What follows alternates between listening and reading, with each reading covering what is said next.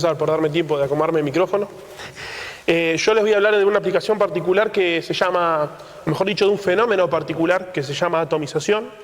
Pero antes de eso, ya que estamos, quiero agradecerle a Santiago por acompañarnos. La verdad que siempre es un placer compartir, en este caso el escenario, pero muchas veces hemos presentado en congreso en conjunto. Y tomando lo que él dijo al principio, un poco de que somos personas que nos formamos de la misma forma que ustedes.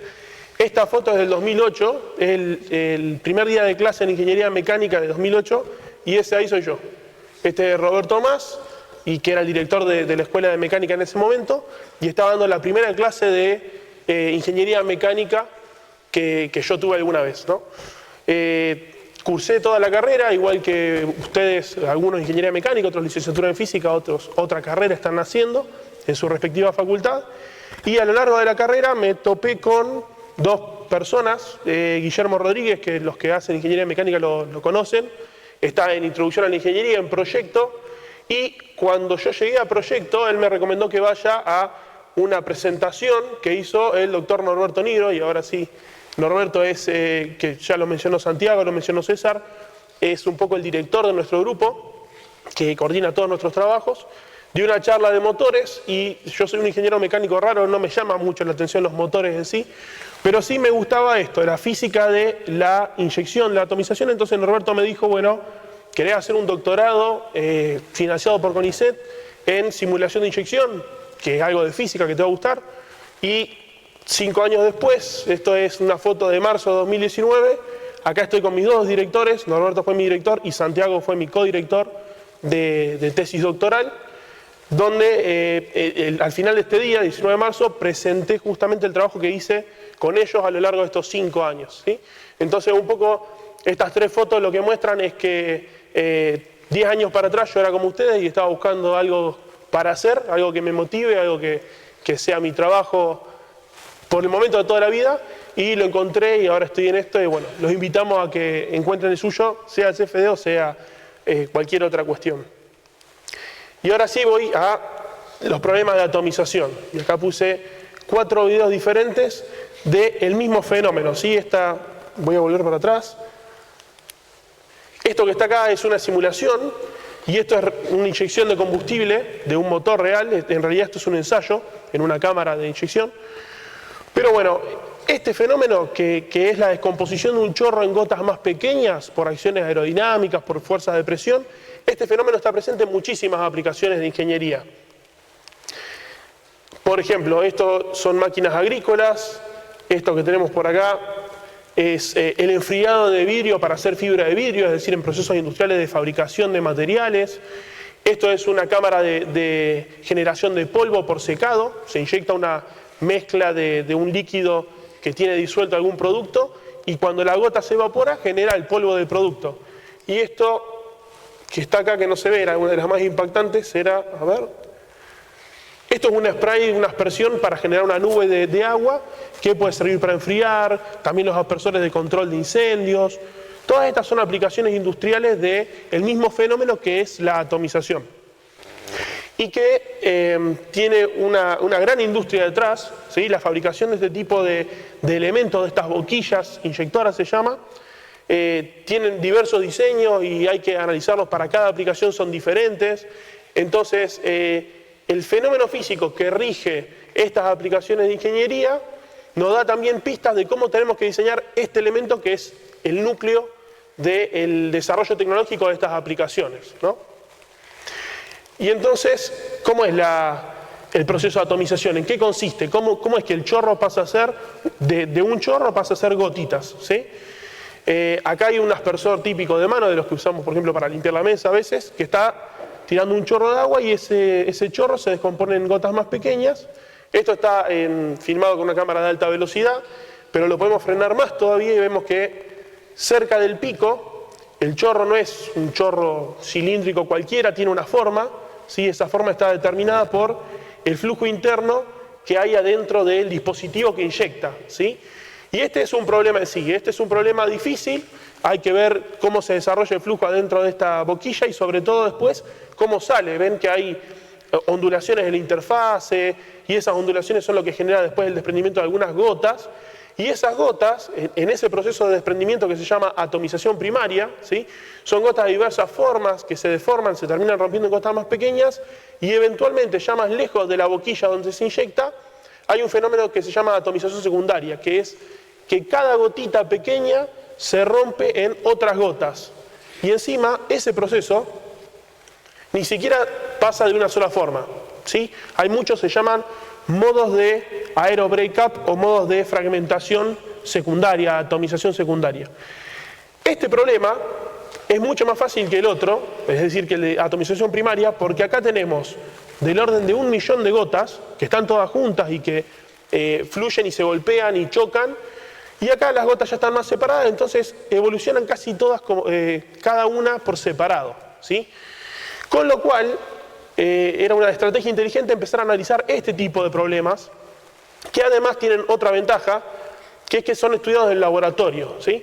Esta filmación también de alta velocidad, que está desarrollada por Rossmann y por Opfer, que son dos investigadores alemanes, inyectan una gotita en una cámara donde hay un flujo de aire de izquierda a derecha, y esa gota cae por gravedad, se deforma, se infla y explota, y genera un montón de gotas más pequeñas, ¿sí?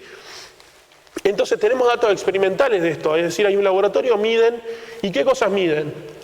Miden, por ejemplo, cómo se deforma la gota, es decir, a medida que va pasando el tiempo, cómo esta gota primero se hace plana y después se infla, en este modo que se llama bag mode o modo bolsa, ¿sí?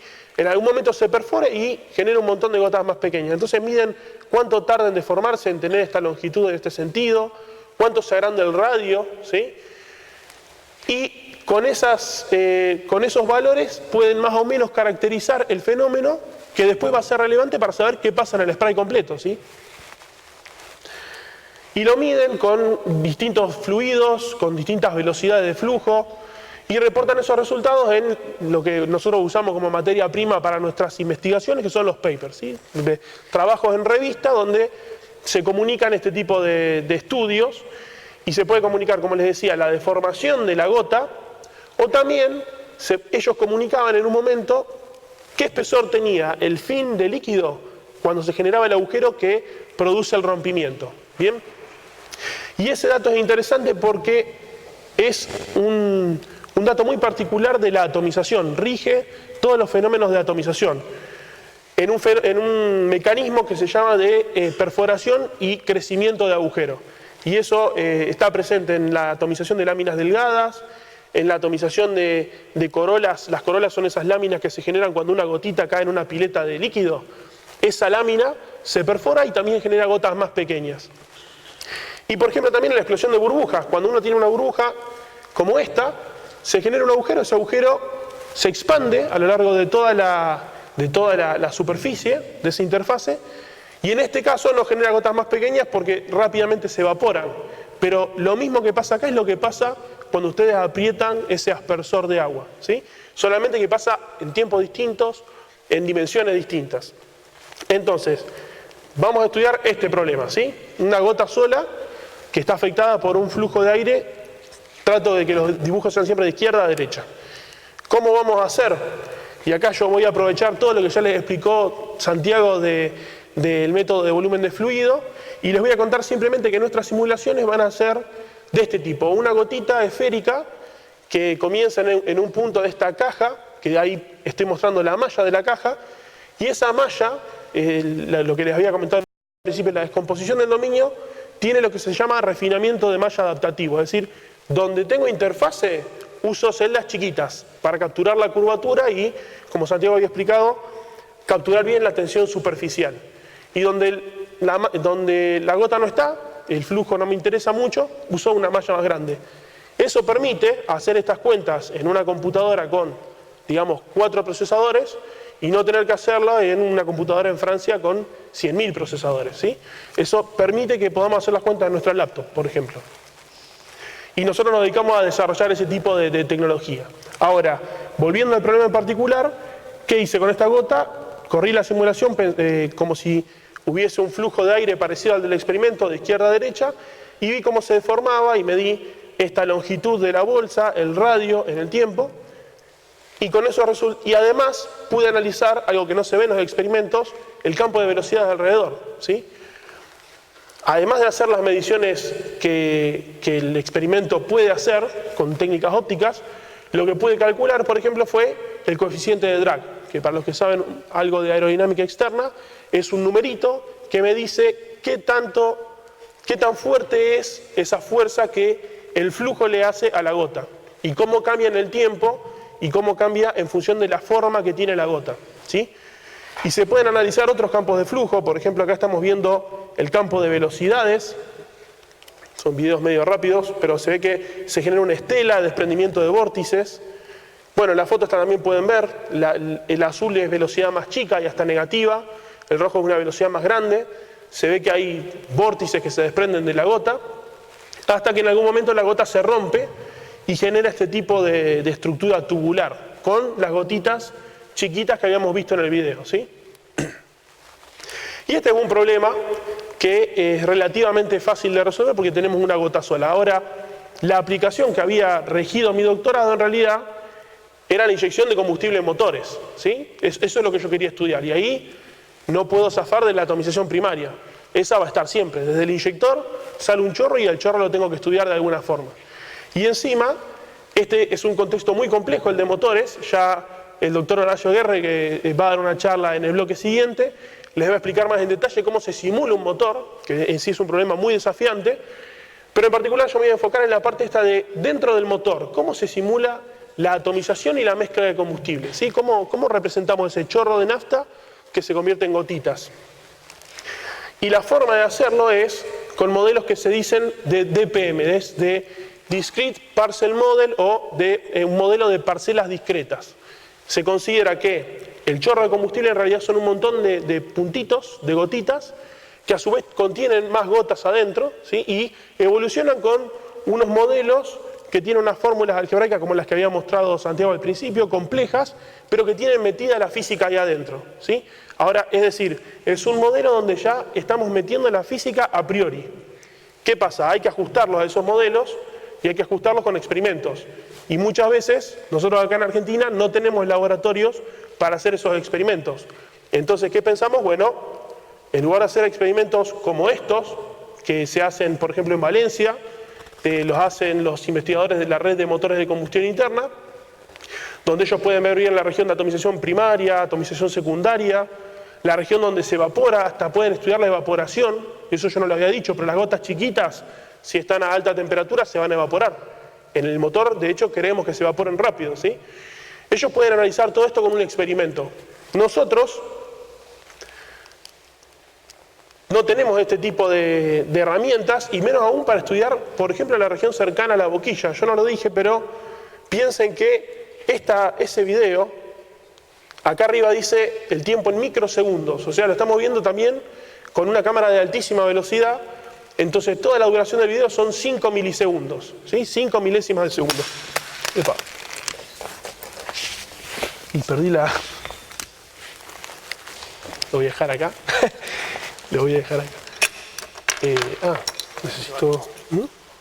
Bueno, me voy a ubicar a este lado. Eso me pasa por jugar con el puntero. Y entonces lo que les decía es que tenemos... Esta evolución muy rápida, necesitamos cámaras muy rápidas y que puedan hacer foco en tamaños del orden de 20 diámetros del inyector. El diámetro del inyector son 100 micrones, con lo cual estamos hablando de espacios de 2 milímetros. Son cosas muy chiquitas y que pasan muy rápido. Algunos, como el profesor Kawahara en la Universidad de Okayama, tienen estas cámaras de altísima velocidad y las enfocan bien cerca de la punta del inyector. Nosotros, como no tenemos eso, lo que queríamos hacer era algo como lo que tengo acá a mi izquierda, ¿sí? Usando el software Basilisk, que les había comentado antes Santiago, que es un software que usa volumen de fluido y que usa estas representaciones geométricas de la interfase y que puede calcular bien la tensión superficial, hacemos una simulación del chorro, y en esa simulación del chorro, que se puede ver muy bonita, lo que tenemos también es la información de el diámetro de cada gota, qué velocidad tiene cada gota, cuánto tardan en desprenderse las estructuras líquidas, ¿sí? Toda esa información la tenemos en la simulación. Hay que saber primero hacer la simulación para que sea representativa. Entonces, muchas veces lo que hacemos nosotros como investigadores es tomar el trabajo de referencia de algunos otros investigadores, en este caso Menard y de Moulin, tomamos su caso de estudio, ¿sí? Y analizamos este problema que era el primero para arrancar de atomización primaria porque era la complejidad geométrica mínima, ¿sí? Hay un chorro cilíndrico que sale por un orificio a una velocidad determinada. Eso permite que el problema sea repetible, que lo podamos estudiar de forma sistemática y que podamos, después de esos resultados, darle un significado para otros problemas más complejos. Entonces esta es una filmación también de altísima velocidad, que en realidad es una simulación, y toda esa animación que vieron son 10 microsegundos, o sea, es de la otra simulación, de la otra filmación que era rapidísima, solamente el 1% del principio, ¿sí? Y viene enfocado en la punta. Y ahí podemos sacar toda esa información que yo les decía. Ven que estas gotas son considerablemente más grandes y se desprendieron de la punta del chorro. Entonces hacemos, a ver ahí va, asistentes técnicos de altísimo nivel. Entonces, como les decía, voy a volver para acá, podemos ver, por ejemplo, lo que estamos representando acá en la escala de colores, que de nuevo se ve muy lindo, pero en realidad nos está dando muchísima información toda junta, porque las estructuras acá pintadas con rojo son estructuras muy chiquitas, tienen un radio muy pequeño, ¿sí? Y las azules son estructuras casi planas. Entonces lo que podemos ver justamente es que el chorro desarrolla una región casi plana y láminas que son casi planas, pero a partir de que se desprenden las gotas se hacen muy pequeñas, tiene un radio de curvatura muy chico, se van a evaporar muy rápido. Así visualmente está bueno verlo, también está bueno ver la curvatura en distintas regiones del chorro y las estructuras que se generan entre medio, porque nos permiten ver, por ejemplo, analizar cómo se desarrolla el fenómeno. Yo les había dicho, uno puede ver hasta dónde se genera el orificio, ese orificio que se expande y que genera la atomización, pero también podemos hacer esto, ¿sí? Que esa es la ventaja de la simulación respecto a el ensayo de laboratorio. El ensayo de laboratorio es la realidad y no tiene errores numéricos de aproximación, es la realidad, pero no la podemos analizar con tanto detalle como una simulación. Acá yo lo que estoy dibujando, graficando, son histogramas de tamaño de gota, ¿sí? Entonces, esta columna de acá, que dice 10 a la 4, significa que hay 10.000 gotas que tienen un diámetro entre 1 y 1,25 micrones, ¿sí? Imagínense si van a poder ver en un experimento una gotita que tiene 1 micrón de diámetro y que se mueve a 150 a 100 metros por segundo, ¿sí? Y que encima se está evaporando. Yo acá hice que el chorro no se evapore. Bien, esa es un poco la potencia de los métodos numéricos y de las herramientas que nosotros utilizamos. Es una potencia que es muy útil y que también hay que desarrollar, ¿sí? Como decía Santiago, este software lo desarrollan en París, en la Universidad Pierre y Marie Curie, desde hace más de 30 años. Bien. Entonces, como les decía, nos permite analizar el problema en este detalle, ver qué cantidad de gotas tengo en por cada tamaño de gota. Tengo poquitas gotas muy grandes del orden de 15 micrones, ¿sí? 15 micrómetros. Tengo menos de 10. En cambio tengo 20.000 o 30.000 gotas que tienen 1 micrón de diámetro. Y aparte lo que puedo hacer es después calcular con esos resultados algún parámetro que sí se pueda medir. Como en este ejemplo, lo que estoy mostrando es una distribución de probabilidad. No voy a entrar en detalles de cómo se calcula, pero la línea negra en realidad son experimentos, ¿sí? Las líneas de colores son resultados calculados de la simulación anterior. Y lo que permite hacer esta comparación es ver qué tan bueno fue el método numérico, qué tan buena es la simulación y qué tan bien representa el fenómeno de la realidad que yo quiero eventualmente predecir. Bueno, acá hay otros resultados también de cómo la punta del chorro penetra en la caja. Entonces uno puede medir la velocidad de la punta, puede medir el radio de la nube de gotas, es decir, cómo se va expandiendo en un cono. Y todas estas cosas ya están contenidas en el resultado de la simulación numérica, mientras que en un ensayo de laboratorio hay que medirla, tomar un criterio para definir cuál es el radio que vamos a llamar de spray, y de todo eso le va a hablar más adelante Horacio más en detalle. Yo simplemente lo que les quería mostrar es la potencia que tienen estos métodos numéricos para tomar resultados cuantitativos de problemas muy complejos y que muchas veces no se pueden medir, ¿sí? Como es el problema de atomización. Y después nos dejan volver a analizar, por ejemplo, yo tengo millones de gotas y esas gotas tienen diámetros diversos y velocidades diversas. Y yo en esa simulación que tengo millones de gotas no puedo analizar qué le pasa a cada una. Pero bueno, elijo un diámetro, elijo una velocidad y vuelvo a mi simulación anterior de una gotita sola, ¿sí? Y ahora sí puedo aislar el comportamiento de las gotas que me interesan de entre ese millón de gotas, elijo alguna y la analizo también en detalle, ¿sí? Y veo de nuevo cómo se deforma, en este caso se deforma diferente, esta gota es de combustible y la otra gota era de agua. Habíamos visto la gota del principio, formaba una bolsa que tenía los pliegues para el otro lado, esta bolsa está al revés, ¿sí? Podemos ver esas diferencias de la física, no es lo mismo la gota de combustible que la gota de agua, y esta gota de combustible genera a su vez gotitas más pequeñas, ¿sí? Y de nuevo, lo mismo que hice para el chorro de calcular la estadística de las gotas pequeñas, lo puedo hacer para las gotitas que salen de esta gotita que simulé, ¿bien?